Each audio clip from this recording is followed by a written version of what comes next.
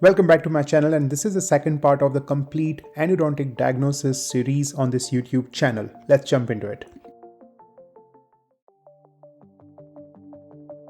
The diagnostic test is a very important tool that you as an endodontist would have in your hand when you are trying to find out what is happening in the patient's tooth, which is causing that certain symptom or that certain pain or reaction. The purpose of the diagnostic pulpal and periradicular test is to reproduce patient's chief complaint in a controlled environment by recreating the stimulus that triggers the patient. And throughout my experience, honestly, patient would not be happy when they hear about your diagnostic test. If the patient is saying that when I have something cold, this tooth hurts, and then you are going to say, I'm going to put something very cold on your teeth and let's see does it hurt or not.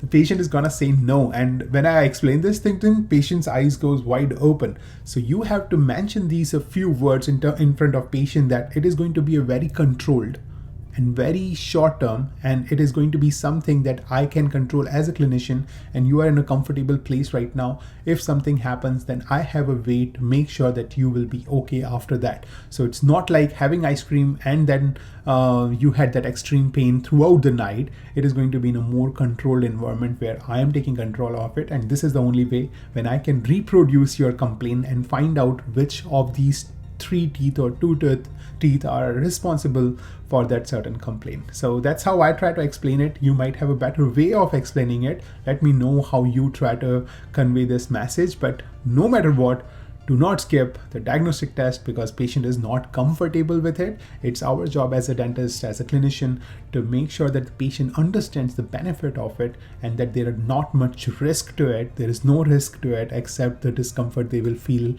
during the test, they may feel during the test. But overall, we are trying to recreate that same complaint that the patient said they have in a controlled environment, and that's what a diagnostic test is. So there are 4 types of diagnostic test. The first one is going to be the pulpal test. Now, if you remember our standard tooth, there is pulp in the coronal chamber and there is also pulp in the root canals. So we are talking about the entire pulp, but see, the most concentration of the pulp tissue is in the coronal part. So the coronal pulp test would be the first thing that we are looking at because that's what gives the most symptoms of pain due to heat or cold. But pulp is not the only culprit of tooth pain. It could be related to some periodontal issue. It could be periradicular, where radical is the root structure, so periradicular is around the root. So we might have to perform a periradicular test, and also we might perform some special tests, which are new favorites of national board exams and NEET exam and all other fancy dentistry exams. So we will try to dive deeper into the special test, and actually all the tests I'm going to go quite in depth because these are the topics which we do not know much when we are in dental school. These are the topics that we do not learn so much in depth during our dental school, and these are the topics which are asked thoroughly these days in all national board exams in Canada and USA, as well as in NEET exams in India. So let's learn more about pulp test. In pulp test, we are going to see there is a cold test, there is a heat test, and there is EPT. There is also another test which we will discuss in special tests, but that is also for pulp test. So cold, if the patient is complaining of cold; heat, if the patient is complaining of heat; and EPT, just to know that is it vital or dead. That's all. We will talk more about it. When it comes to periodontal assessment, do the percussion test. Then we will palpate around that tooth, around the mucosa of that tooth to find any abnormal findings. Then we will do the bite test, which is again most important test, one of the most important tests because that's where the chief complaint comes from. And mobility of the tooth, if the tooth is mobile due to endodontic origin, or is it mobile because of the weak periodontium, the patient has some kind of generalized periodontitis or some localized periodontitis or any other reason which is causing that mobility. So differentiating between those two is also important. And when it comes to periradicular test, probing depths and bleeding or suppuration is again a very important factor. You want to note it down, that is there a very deep pocket or a probing depth more than 3 mm in certain area of the tooth, or there is a sudden drop in the probe around some area of the offending tooth. These are very important findings, and we will learn it later that how they can help you reach certain diagnosis.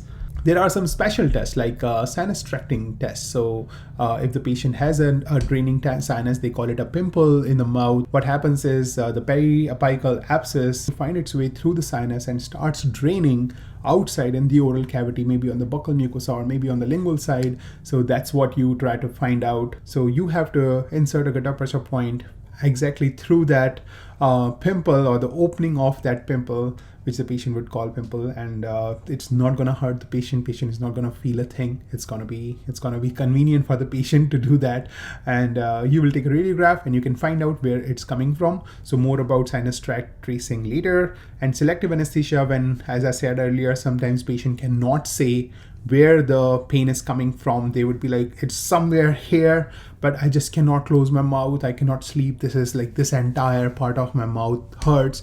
And because of this kind of severe pain, you might not find most of the diagnostic tests helpful for you. Somehow all the teeth are responding to the cold test, or you cannot see anything wrong in any of those teeth. Then you have to jump for selective anesthesia, which is another special test we have. And then comes transillumination to check for cracks or fractures. So these are all different types of diagnostic tests.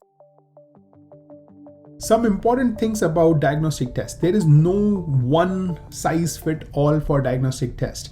So all diagnostic tests have some limitation, and you just cannot rely on a single diagnostic test and come to a conclusion based on that.